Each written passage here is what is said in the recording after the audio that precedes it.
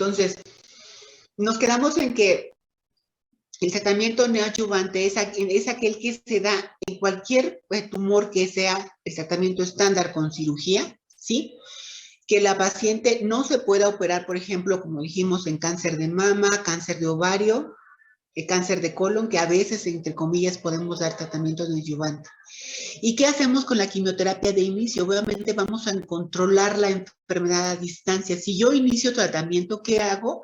Pues voy a controlar la enfermedad fuera de donde se originó, ¿sí? Porque sabemos que algunos tumores, las células, como dijimos, durante la angiogénesis pueden pasar al torrente sanguíneo e implantarse en otro lugar, pero la quimioterapia va a actuar a cualquier parte de nuestro cuerpo, incluso hasta en el cuero cabelludo, ¿sí? Hubo algo en lo que es el cáncer de mama, que se les ponía un casco a las mujeres para evitar que se le cayera el pelo. Obviamente, el casco era con una temperatura muy alta. De hecho, que ninguna mujer lo toleró, ninguna mujer lo toleró. ¿Por qué? Porque pues, la sometía a un frío muy intenso. Al generar vasoconstricción, ¿qué vas a hacer? Pues que la célula, la quimioterapia no penetra en esa área. Entonces, si una célula está por esa parte donde está la vasoconstricción, ahí se atrapa y la célula no se va a destruir si en un momento dado yo doy tratamiento. Entonces, ¿qué hace la quimioterapia? Va a controlar de manera temprana las micrometástasis fuera de donde se originaron. Y obviamente que hay algo muy importante. Nosotros en oncología siempre tenemos que ver qué es sensibilidad. ¿Qué es sensibilidad? ¿Qué tanto va a responder esa célula a mi tratamiento? Si mi tumor, esa célula tumoral es sensible, pues obviamente yo voy a ver cómo va a responder esa célula, ¿sí? ¿Qué va a hacer? Va a disminuir el tamaño del tumor. ¿Qué es un factor pronóstico? Como lo dije hace un momento, es una medida que me va a decir cómo se va a comportar el tratamiento. ¿Qué puede ser un factor pronóstico? Pues el tamaño del tumor.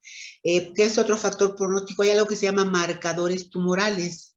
El cáncer de testículo que vamos a ver en lo que resta del curso eleva dos marcadores importantes. Viene de origen germinal. ¿Qué piensan? ¿Qué marcadores piensan que eleva, doctores? Si es de origen germinal. A ver, echen a andar su hámster. ¿Se acuerdan? No, doctora. ¿Cuáles son los marcadores que buscamos durante el embarazo? Son dos.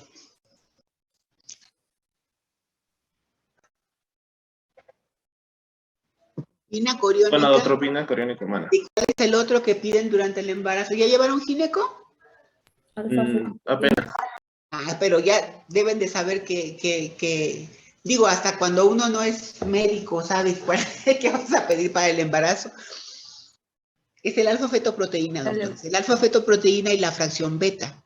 Esos dos son marcadores germinales y se van a elevar a nivel del cáncer de testículo. Es algo muy importante que no se les olvide. Si yo veo un varón joven, porque el cáncer testicular es de personas jóvenes, en etapa de la reproducción, si yo veo un varón joven con un aumento de volumen testicular, lo primero que pido son marcadores germinales. ¿Y qué le pido? Alfa, feto y fracción beta. Esos son dos factores, que yo busco a nivel de la sangre, ¿sí? ¿Qué efecto tiene la quimioterapia? ¿Ustedes han oído hablar de la radioterapia, doctores?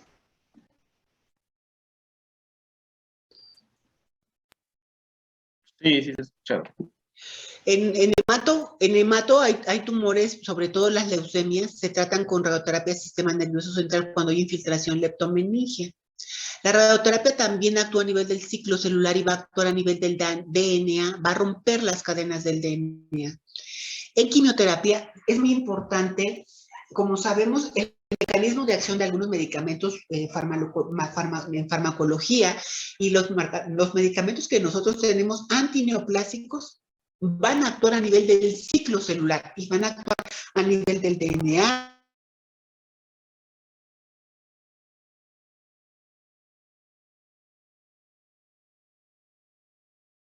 Adenina, citosina, guanina. Entonces se rompen, esas cadenas se rompen, esa escalerita, recuerden, esa hélice del DNA se rompe. ¿Sí me escuchan? Sí, doctora. Esa cadena de DNA con este medicamento se rompe. Entonces, si yo la combino con radioterapia, la radioterapia también va a romper la cadena del DNA. ¿Y qué vamos a hacer? Citotoxicidad, la célula se va a destruir. Lo que quiero que me sigan en el transcurso de la clase es precisamente por eso es muy importante el ciclo celular para nosotros. Cuando yo pongo un medicamento de quimioterapia, sé que va a actuar a alguna fase del ciclo celular y va a romper la cadena del DNA. Obviamente, esto es de suma importancia porque entre más células se expongan a este tratamiento, pues más células vamos a destruir de neoplásicas.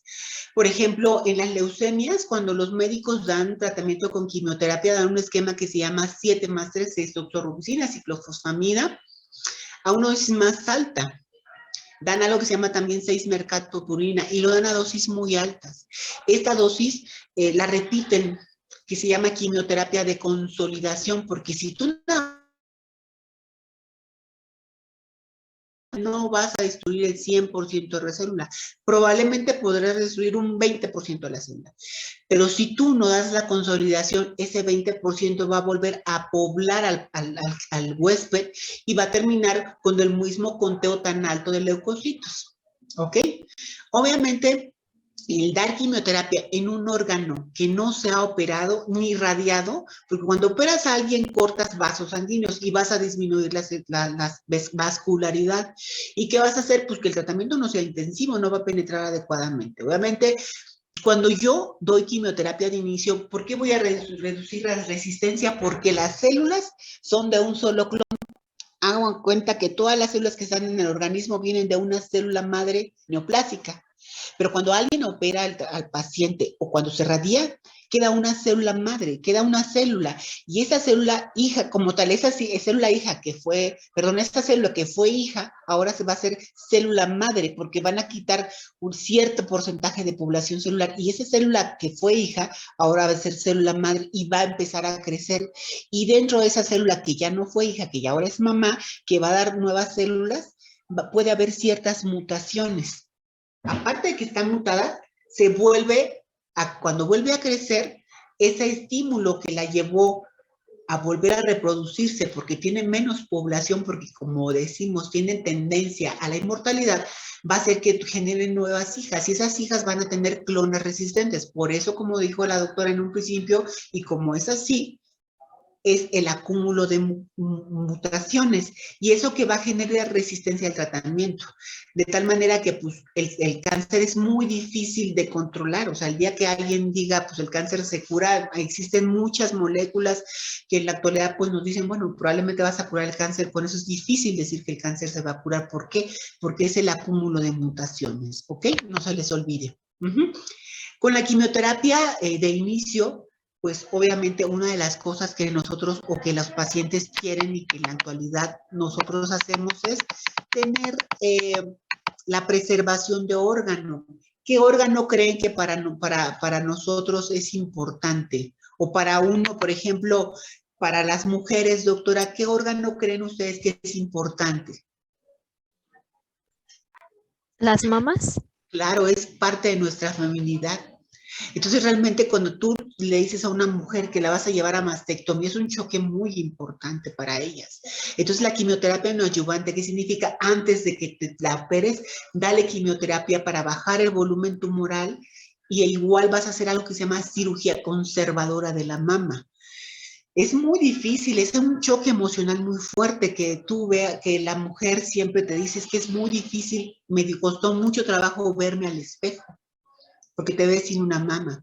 ¿Qué otro órgano importante, sobre todo en los varones? La vejiga. Hay cánceres de vejiga que pues obviamente te tienes que quitar vejiga y vas a quedar con un conducto ideal que si fuera con una colostomía, que es la colostomía, sacar una parte del colon para que tú por ahí evacúes. Por ejemplo, en todos en general, pues es importante conservar el esfínter anal. Cuando nosotros tenemos un cáncer de recto, dependiendo de qué tanto se acerque al margen anal, a veces no puedes conservar la región del ano. Y hay que llevar algo que se llama resección abdominoperineal y que hacen colostomía y jamás se va a volver a reconectar. Entonces vean cómo el cáncer pues ayuda, la cirugía ayuda, pero entre comillas, pues mutila a la persona. Y es muy difícil vivir con colostomía o con nefrostomía o con conducto ideal o sin una mama. Si me quitan un ovario, pues obvio, quítamelo, no se ve. O si me quitas el útero, quítamelo, tampoco se ve. ¿Sí? Pero ya con órganos que son vitales, por ejemplo, otro órgano importante para nosotros, ahorita que estamos estamos interactuando y hablando, es la laringe. Cuando hay un paciente con cáncer de la laringe es el órgano de... ¿Para qué nos sirve la laringe? ¿Es el órgano de qué? Si nos quitan la laringe, porque Dios no lo quiera a ninguno de nosotros, ¿qué les pasaría? ¿O qué nos pasaría? Pues no podremos hablar. ¿Por qué? Por, pues, la... Como dicen, calientito, calientito, es el órgano de fonación, doctores. Es nuestra cajita de fonación, ¿sí? Ahí nosotros generamos el sonido, ¿sí? Y cuando te quitan la laringe, pues ya no puedes hablar, quedas prácticamente, pues, con mímica, porque aunque tú quieras hablar, no puedes, simple y sencillamente, pues es una caja cerrada y ahí las vibraciones que nosotros producimos al hablar es que generan el sonido. Entonces, una de las cosas muy importantes cuando una persona tiene cáncer de laringe es mi fonación. Por eso es muy importante, por ejemplo, que ustedes como jóvenes, que no fumen. El fumar es una de las principales causas de cáncer de laringe. Entonces, realmente, como ven, pues si yo tengo cáncer de laringe, lo que quieren es preservar el órgano, y ahí es algo muy importante la quimioterapia neoadyuvante o algo que se llama quimioradioterapia neoadyuvante. Una de las desventajas, porque la quimioterapia de inicio, darla a veces de inicio, tiene ciertas desventajas. Porque hay tumores que tienen un crecimiento lento y ahí no va a penetrar la quimioterapia o no tiene función. ¿Por qué, doctores? A ver, ya más o menos les di la respuesta. ¿Por qué creen que no va a actuar la quimioterapia cuando yo tengo crecimiento lento?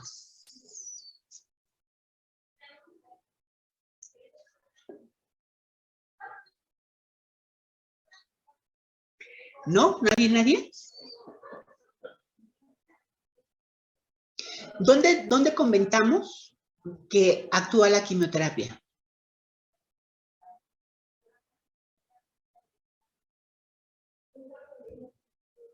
¿Se acuerdan? ¿Sí me están oyendo?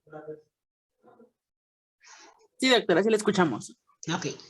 Dijimos que la quimioterapia va a actuar a nivel del ciclo celular, que necesitamos que la célula esté en diferenciación, porque puede actuar a nivel de la fase de síntesis, en la fase G1, en la fase G2, en la fase de la mitosis, o puede inhibir ciertas vías, alguna de la timideatosintetasa. Entonces, para que mi tumor responda o la célula tumoral responda a la quimioterapia, tiene que estar en diferenciación, que la célula se eche a andar a nivel de lo que pase de fase G0 a fase G1. La fase G0, acuérdense, la fase G0 está quiescente, es una célula que no se diferencia, que necesita un estímulo externo. ¿Para qué? O externo como tal, no, es interno dentro de la maquinaria de nuestra célula, externo de ella, pero necesita una vía de señalización que le diga, actívate, y va a empezar a diferenciarse. Dijimos que las células tumorales están en constante crecimiento y es diferenciación. ¿Qué significa eso? Que pues crecen más rápido que las que nosotros tenemos en forma normal. Entonces, si crecen, yo doy quimioterapia y voy a esperar que esta célula responda al tratamiento. Probablemente esté en la fase del ciclo que yo necesito para destruirla. Por eso es que nosotros damos la quimioterapia cada 21 días. Cada 21 días por 6 ciclos, por 8 ciclos, por 12 ciclos, por ejemplo, en los linfomas de Hodgkin. Entonces, yo cada vez que yo pongo quimioterapia, mi cabeza está pensando, yo con este ciclo voy a destruir 10% de célula. En el que sigue otros 10 y así me voy. Pero si mi paciente está en una diferenciación muy rápida, pues no nos ayuda. ¿Qué células normalmente de las que tenemos ya no se vuelven a diferenciar? ¿Cuáles son? Ya no crecen. Que nacemos con ese número de células y ahí están, que no se nos mueren. ¿Cuáles son? Las neuronales. Exactamente. Exactamente, esa es una. Dos, aparte que para nosotros conectar a nivel de lo que es sistema nervioso central, tenemos una barrera que se llama hematoencefálica y que es muy difícil que los medicamentos de quimioterapia y los antibióticos o cualquier medicamento puedan atravesar esa barrera. ¿Por qué? Porque tendríamos mucha toxicidad. Entonces eso es muy importante. Acuérdense que cada vez que hablemos de quimioterapia, siempre vamos a hablar que el tumor esté creciendo muy rápido, que las células de ese tumor crezcan muy rápido. ¿Cuáles son las células de nuestro organismo que tienen una diferenciación rápida, doctores? Ya hablamos de una que son los neutrófilos, ¿sí? ¿Qué otras células de nuestro cuerpo tienen una diferenciación alta y esperaríamos que las pudieran responder un poquito más rápido al tratamiento o pudieran tener mayor toxicidad? Pues las células de lo cuales son. ¿Linfocitos? Sí, ¿qué otra más? También de lo que es el cuero cabelludo, las células de lo que es el tubo digestivo, doctores. Precisamente por eso hay náusea y vómito, porque esas son las que más rápido se replican. Si nosotros ponemos quimioterapia, e inmediatamente que ponen la quimioterapia, tampoco a los segundos, ¿no? Pero con las horas, con el paso del tiempo, el paciente empieza con náusea y vómito, que son las principales toxicidades que genera inflamación desde la región de la boca hasta la región anal. Pero una de las células, como bien lo dijo la doctora, pues son sobre todo los neutrófilos. Precisamente por eso, cuando un médico de hematología da un tratamiento para una leucemia, a veces a los 3, 4 días o a los 7 días, ya el paciente no tiene nada de leucos. ¿Por qué? Porque son los que más rápido se van a diferenciación. Y obviamente, al no responder, va a evolucionar lo que se llama progresión de la enfermedad. Un ejemplo muy claro son los sarcomas. Los sarcomas se van a desarrollar a nivel del músculo, ¿sí? Y ese crece también muy lento. Entonces, yo no puedo meter a un sarcoma a un tratamiento de quimioterapia de inicio porque es un riesgo muy, muy importante. ¿Ok? Ahora, hay tumores que nosotros cuando los vemos son tumores muy, muy grandes y entonces nosotros no se puede operar, tampoco se puede radiar por la toxicidad que en un momento dado van a tener.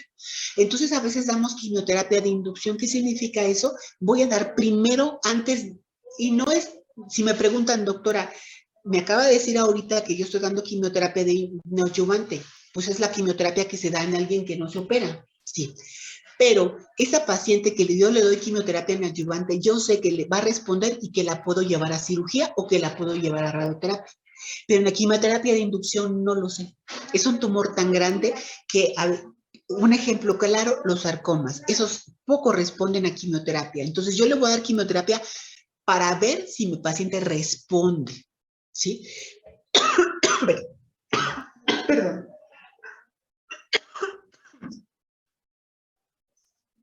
Perdónenme. Y no tengo tratamiento alternativo. ¿Qué significa eso? Que después de que el cirujano la opere, igual yo no le voy a poder dar ningún tratamiento. ¿Ok? ¿Sí me entendieron? Sí, sí, doctor. Sí, doctora. Perdón. Ahora, ¿alguien de ustedes ha oído hablar de la quimioterapia paliativa?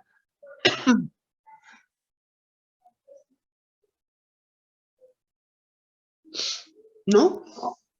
Bueno, la quimioterapia paliativa, la misma palabra lo dice, es la administración de medicamentos para el control de signos y síntomas de la enfermedad. ¿Qué significa eso? Cuando es paliativo, ¿tienen una idea más o menos qué es un tratamiento paliativo? Sí. ¿En quién voy a dar tratamiento paliativo?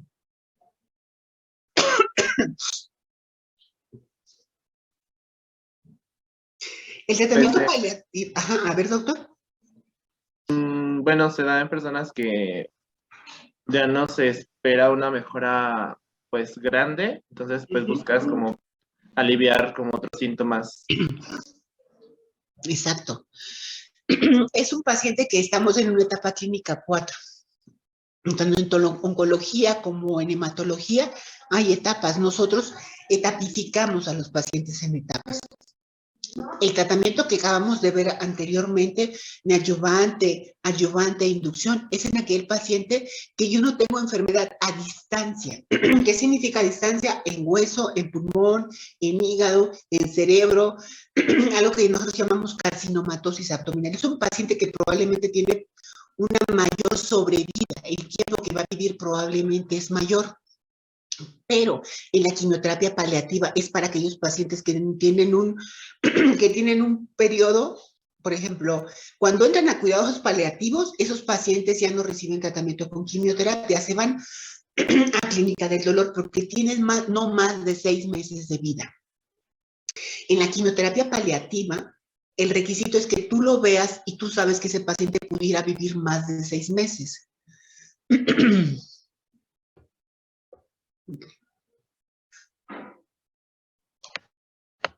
Entonces, ¿qué quiere decir? En la quimioterapia paliativa, yo sé que mi paciente va a vivir un poquito más de 6 meses y el objetivo es aliviar manifestaciones de la enfermedad. ¿Qué significa eso? Dolor, que es muy importante, dificultad respiratoria. Sí saben qué es ascitis, ¿verdad? Sí. Bueno, la ascitis es el acúmulo de líquido a nivel abdominal o derrame pleural.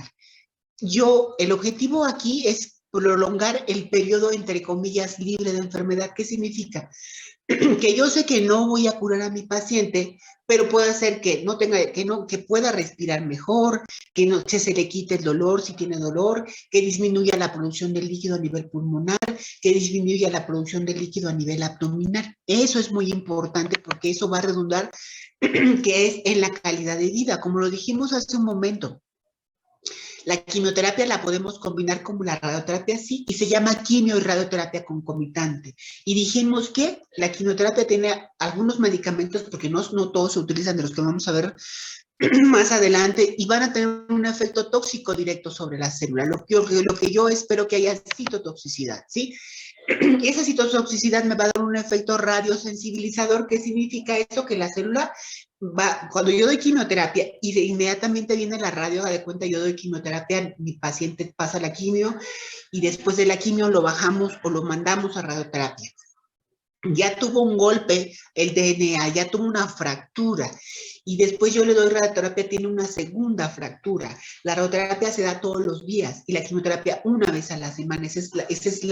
Y la quimioterapia obviamente es a dosis bajas, nunca la damos a dosis altas porque corremos el riesgo de necrosar, que significa que con la misma con la misma radioterapia, pues las células se mueren, pero también nuestro tejido se puede necrosar, se puede disminuir la vascularidad y se muere. Entonces sí tenemos que tener mucho cuidado. El radioterapeuta sale las dosis. Cada órgano de nuestro cuerpo tiene una dosis de radioterapia, no a todos se radia igual.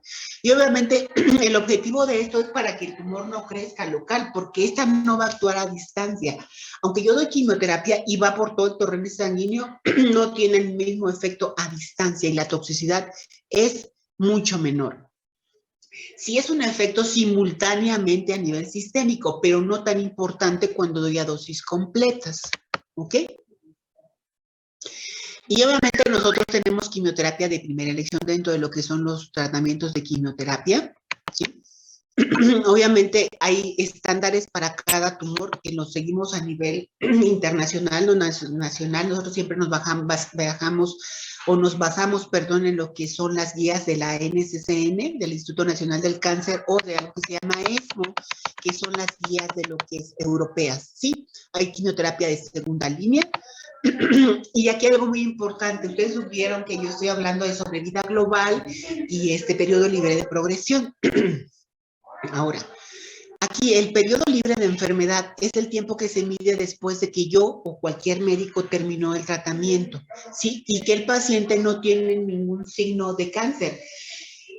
Nosotros, el objetivo es que tu paciente viva más. Normalmente, en la mayoría de los trabajos que van a leer ustedes para que ahora que hablemos sobre algunos tratamientos, nosotros no buscamos que ustedes aprendan el tratamiento en específico, tanto de cirugía como radioterapia o quimioterapia. Lo que buscamos es, como les dije, que ustedes aprendan a cómo diagnosticar, buscar, hacer buena semiología del tumor, pero sí más o menos que tengan una idea como oncólogos cuál es el objetivo de nosotros. Y siempre es la sobrevida de la enfermedad y la sobrevida libre de progresión, que significa que el terreno paliativo, pues que si mi paciente tiene más de 6 meses, pueda vivir un año, pueda vivir 1 año y medio o 2 años. Igual a lo mejor con enfermedad, pero con buena calidad de vida. Lo que buscamos es la calidad de vida. Y obviamente, en un paciente que no tiene enfermedad metastásica, lo que tú vivas es que lo que él viva, siempre en la mayoría de los trabajos, la sobrevida de los pacientes se va a medir a 5 y a 10 años en oncología, porque así es.